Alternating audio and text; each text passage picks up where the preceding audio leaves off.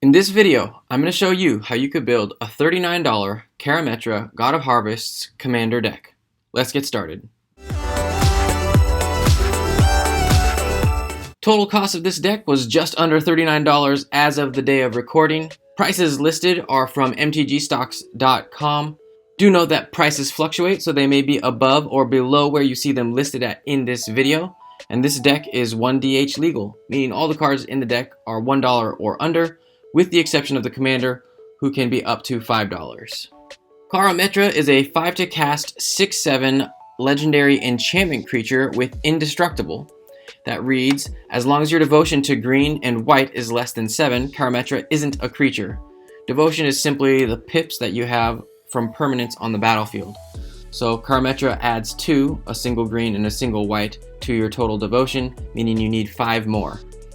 Whenever you cast a creature, you may search your library for a forest or plains card, put it onto the battlefield tapped, then shuffle your library.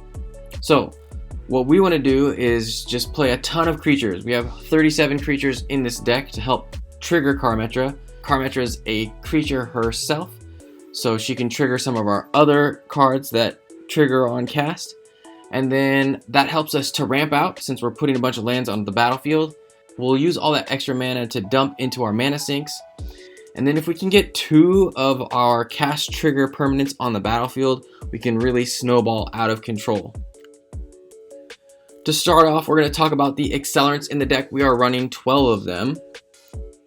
We have Search for Tomorrow, Rampant Growth, and Farseek, all which help us to cheat extra lands to the battlefield early.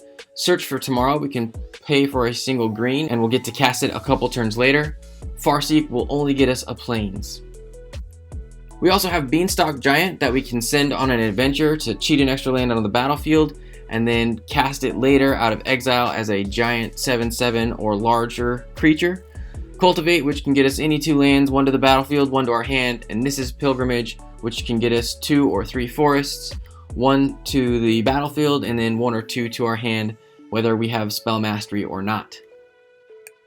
Then we have a few creatures that can sacrifice to put an extra land onto the battlefield early.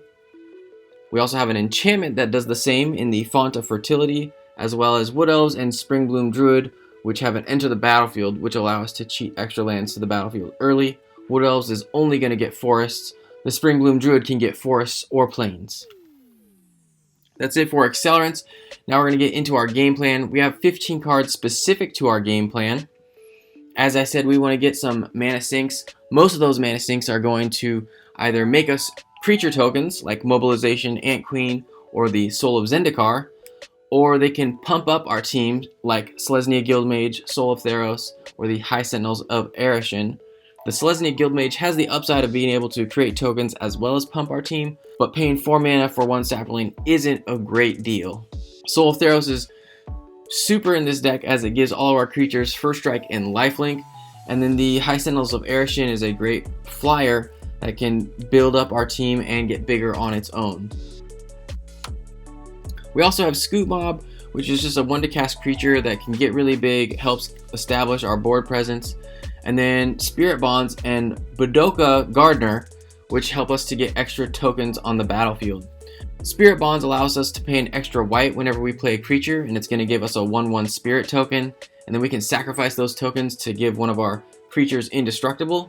And then the Gardener is going to possibly help ramp us by allowing us to play extra lands. And then when we have 10 or more lands on the battlefield, we get to flip, and he becomes Dokai, Weaver of Life, which we can pay 6, tap him, and make an XX elemental creature token equal to the number of lands we control. We also have Collective Blessing and Dictate of Heliod, which help to pump up our entire team. And then Behemoth Sledge, which can pump an individual creature +2/+2, giving it lifelink and trample. It also has 2 pips, so that helps to turn Karametra into a creature. A lot of times when I got this out, I would just equip it on Karametra, pressure 1 player with commander damage, and then another player with the remainder of my creatures. White Mane Lion, Stonecloaker, and Fleetfoot Panther are all creatures that have flash and allow us to protect our board state or protect our game plan, because when we cast them, we can bounce another creature back to our hand, Or we can use them to get extra triggers, because we can cast, say, White Mane Lion, return the White Mane Lion back to our hand, and get another trigger off of Karametra, essentially rampant growthing at instant speed. Stonecloaker comes with the upside of giving us targeted graveyard hate. These 3 cards can really help the deck hum and help us get tons and tons of triggers, pulling all the lands out of our deck.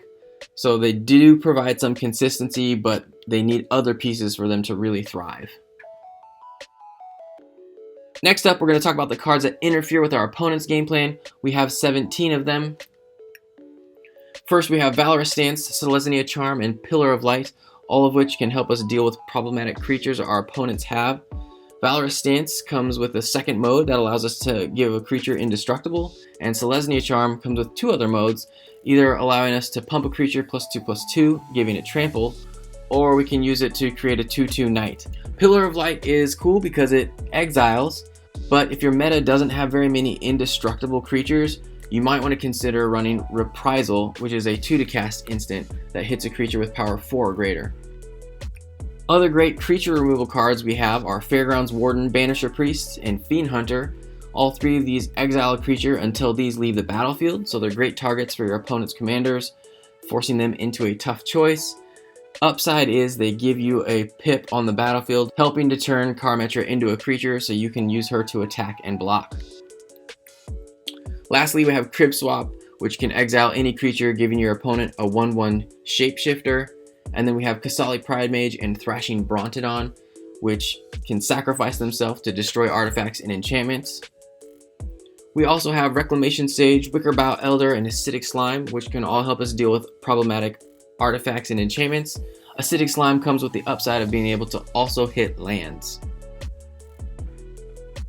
Bounty Agent, while typically getting rid of a legendary creature, we can also use it to destroy legendary artifacts or enchantments.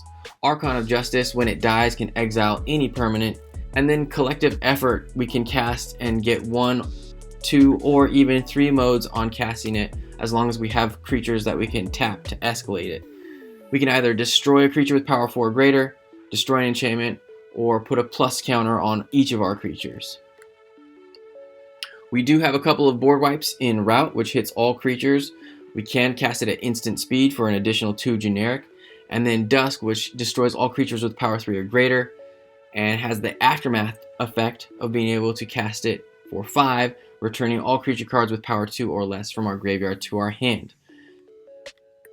Next up, we're going to talk about the cards that provide consistency to our deck.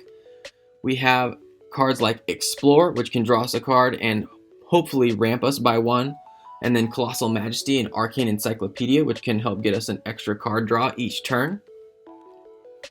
We have a few creatures in Elvish Visionary, Masked Admirer, and Voice of Many, which draw cards when they enter. Yavimaya Elder draws us a card when we sacrifice it, can also get us a couple basic lands into our hand. Oakham Adversary draws us a card whenever it deals combat damage, and then Angel of Condemnation can help us in a couple of ways. Mainly, we're going to use it to get extra enter the battlefield triggers off of our own creatures. However, if we're in a pinch, we can also use it to exile a creature until the Angel of Condemnation leaves the battlefield. Downside is we have to exert it, so we're not going to be able to use it for a couple of turns. Obviously, Karametra provides us consistency as it can really thin our deck, especially with one of those flash creatures that bounces a card to our hand. Soul of the Harvest is even better in that it's going to draw us a card, and Grook's Pack Leader is similar, although that creature has to have power 3 or greater. One of my favorite cards in the deck is Bygone Bishop, because it comes down on turn 3, it protects you from all the small creatures, and it triggers whenever you cast a creature with converted mana cost 3 or less, giving you a clue token, so you're able to pay 2 when you have extra mana and draw extra cards. Mentor of the Meek is going to help you draw extra cards whenever you play a creature with power 2 or less, as long as you have 1 to pay. And then Genesis is quite good in this deck because we have so many creatures. If Genesis gets into our graveyard, we're almost always going to have targets to recur that are going to help us press our advantage or hold one of our opponents back. Next up, we're going to talk about the lands in the deck. We are running 41 of them. Most of our lands are basics, so that we can get as many triggers as possible off of Karametra. However, If we did choose to run a land that was non-basic, it's because I felt it really helped the deck in some kind of special way. Mistveil Plains is probably the most iconic of these in that it can help to thicken our deck with cards that we want to draw. Karametra allows us to shuffle our deck as soon as we play a creature. So a couple of times in playtesting, I even put a card from my graveyard on the bottom of my library, then I played a creature, shuffled up my deck, and the next card I drew happened to be the card that I put back in with Mistveil Plains. Mosswort Bridge helps get us card advantage as we get to hide away a card whenever we play it, and then Rogue's Passage can help us get one of our bigs through. Command Tower and Selesnya Sanctuary give us both of our colors. Field of Ruin helps us deal with problematic lands our opponents are playing. And then we have Evolving Wilds, Terramorphic, Expanse, and Ash Barrens, which can really help us fix our colors. As for basics, we are running 17 Forests and 15 Plains. Average converted mana cost of this deck was 3.22. There you can see the curve. Keys to victory. This deck got a lot better for me as I played it. It really took a lot of repetition. So that would be one of the things, is just getting a lot of reps with the deck and getting a feel for it. And the reason is because your starting hand really made a big difference. So learning whether to keep or mulligan a hand was a big deal. I was looking for ideally a piece of ramp as well as card draw in there, but if not, at least one of those two. Otherwise, you really probably should mulligan that hand. Secondly, I really found while playing this that I needed to establish a board presence. If I did not have some creatures out early, I would just get swung in at. Oftentimes, I would, ramp into Karametra and then not have played any creatures so that I could get max value off of playing those creatures. But then I was so far behind because I took 20 damage just from, 1, 2, and 3 power creatures that I was unable to catch up even though I had so much value because I was so far behind. So I felt I was better off dumping a bunch of things out so that I could defend myself, then playing Karametra, and then start getting my value engine going, as opposed to trying to get to her as early as possible. If I was playing at a slower table, then yeah, I could go into Karametra, but if that table was fast, I needed to be able to get some other things onto the table to protect myself. Lastly, I would say knowing when to attack and or block. Yes, this is important in any game of Magic that you're playing, but even more so as this is such a creature-focused heavy deck. Knowing when to swing all in on an opponent or swing in with just 1 or 2 creatures. Maybe you're swinging in with half your creatures, leaving another half to block. Kind of seeing what your opponent's position is and how you can best bring them down while putting yourself in a better position was really important to helping me winning games or staying in games. Karametra is a lot of fun. If you like dumping a bunch of tokens onto the battlefield, pumping those tokens up, and swinging in for lethal, this is the deck for you. Here are a few cards I would consider if I were to go above that $1 price point. If you want to see some more ideas, check out the link in the description below. Better yet, share your thoughts in the comments what card you would upgrade with. That way, others can see your brilliant ideas and alter to their liking. If you liked the video, you should give it a thumbs up and consider subscribing. If you do, make sure you ring the bell so you don't miss any of the new weekly content from Budget Commander. Otherwise, you can check out the video in the top right or either of the playlists on the bottom.